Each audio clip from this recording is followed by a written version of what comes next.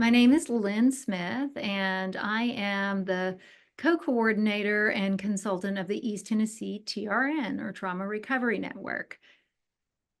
And I'm Bonnie Barclay. I'm an LCSW and also co-coordinator of the East Tennessee TRN.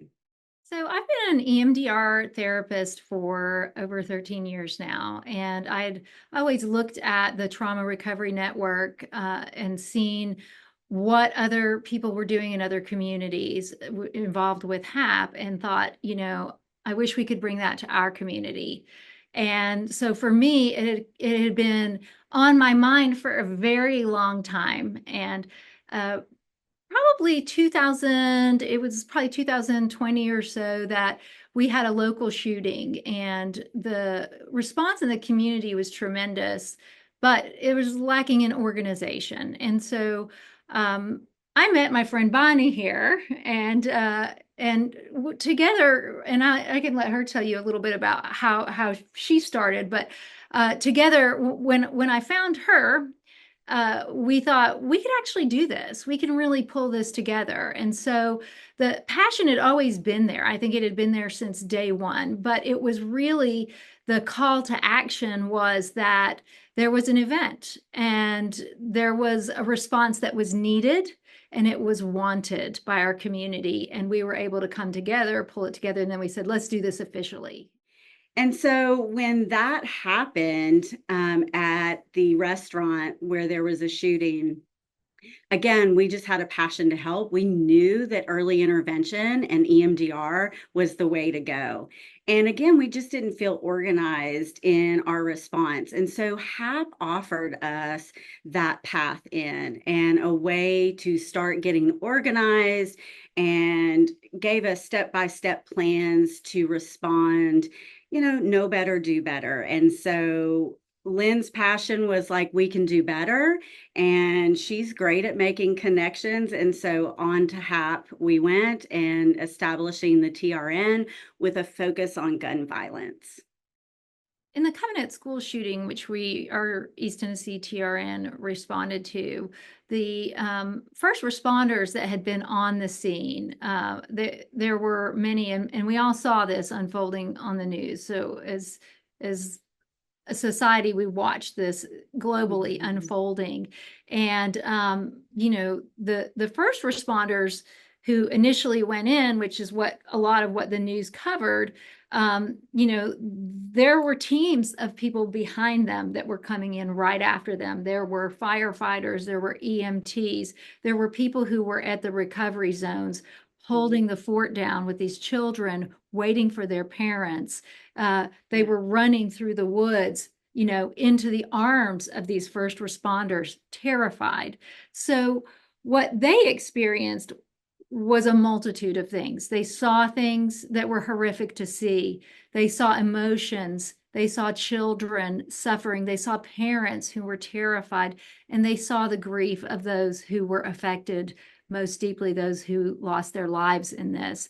And so some of the symptoms that were reported were, again, issues with sleep, anxiety, all of your kind of hypervigilance that you're going to see with an acute stress reaction.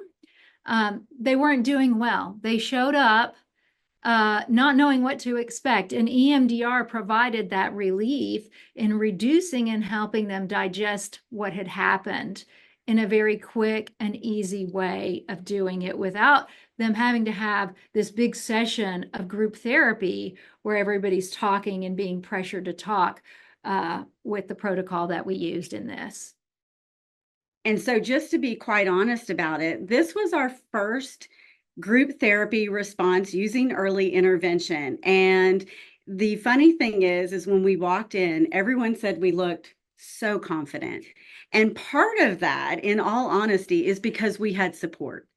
We had key EMDR therapists helping us prepare for this step by step. And we just followed exactly what they told us to do. And it worked fantastic. And so I'll let you talk a little bit more also about just our presence there and what was so amazing about that. Well, and we're about 2 hours away from Nashville, so we're not in the immediate area. But I remember that day, it was on a Monday, and I remember seeing the news and seeing what was happening. And the first thing that I did was pick up the phone and I called her and I said, this is it. We need to activate our people now, right? We already had a loose network. We had a handful of people in locally that were trained. We had also trained people out of town. We had people that came in from other states to do this training here in Knoxville. Yeah. And so we had already this group. We had our peer group. We had this group. I put in a big email out that day. She started emailing people as well. She was emailing Nashville and saying, hey, who's there? Let's put something together to respond to this as quickly as possible. And it was just like magic. It came together. And so again, it was a short turnaround. We saw something, a series of phone calls were made, and then the action plan went into place and was, again, we had people fly in by Friday, and boots were on the ground in Nashville on the scene. And one of the coolest things about early intervention, especially after working in complex trauma for so long, is we go in and we're like, this is working. Like group intervention, early intervention really does provide relief. And that is exciting. It's contagious. And I mean, we get a gift from it as well. We want to offer our skill, but it is just such a gift when something tragic happens to make an impact that is meaningful for another person, especially those first responders. And in this case, out of the first responders that we worked with, everyone walked out with a SUD between a 0 and a 1 on a horrific trauma after 3 hours of the intervention process, both group and individual.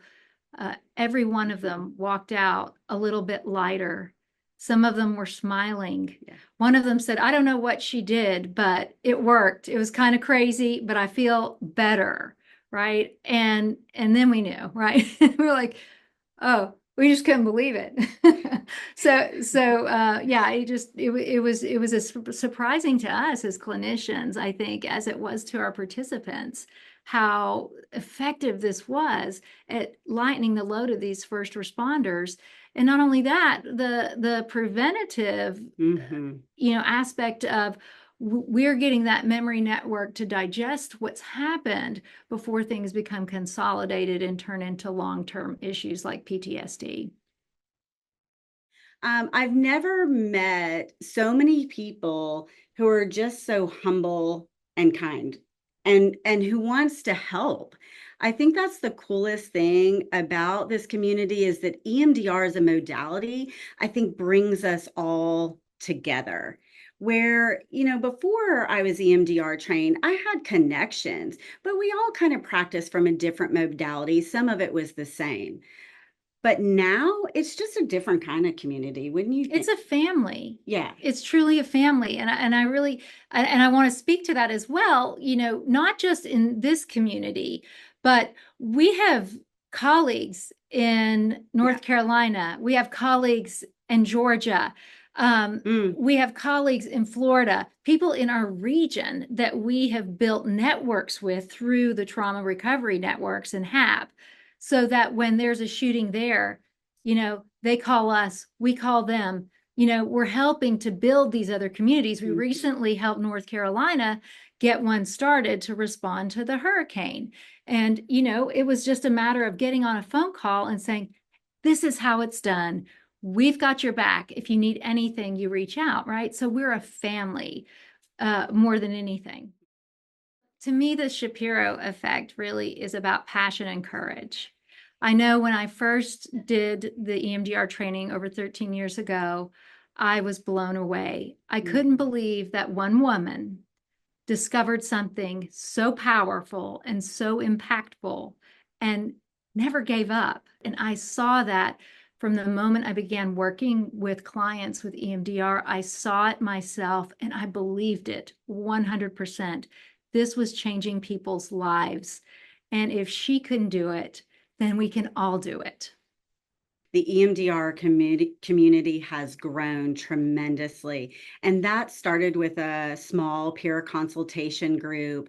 And part of that Shapiro effect is just continuing to build that community, talk about the transformative effects of EMDR. And, I kind of was like, yeah, about EMDR. And when she finally said, no more, I'm not accepting any more referrals from you, you need to go get EMDR trained, this is getting ridiculous. I didn't really understand, right? Because I hadn't been trained yet. And then I got trained, and then I started using it all the time. Like, I think there's being a therapist who does or is trained in EMDR and being an EMDR therapist. And if you're going to do consultation with Lynn, you become an EMDR therapist. You're not a therapist that does EMDR. You're an EMDR therapist. That's all I do in my practice. And I've grown my group practice to now have all EMDR trained clinicians. And so this is the ripple effect, right? She pulls me into the fold, I pull others into the fold, and we just want to keep growing and touching lives because we know how transformative it can be. And yeah, so I think you need some kudos there, Oh, girl. thanks. Yeah, Yeah, truly. well, again, to me, it was never about me. It was always about the work, and I have Yes. I have clients who will say to me, "Thank you so much for everything. Thank you for what you've done. You've changed my life." And I said, "Don't thank me. Thank Dr. Shapiro." Yeah. Because it was her work, her vision, her passion, and most of all, her courage that brought us EMDR and that got EMDR center stage in this world of trauma therapy.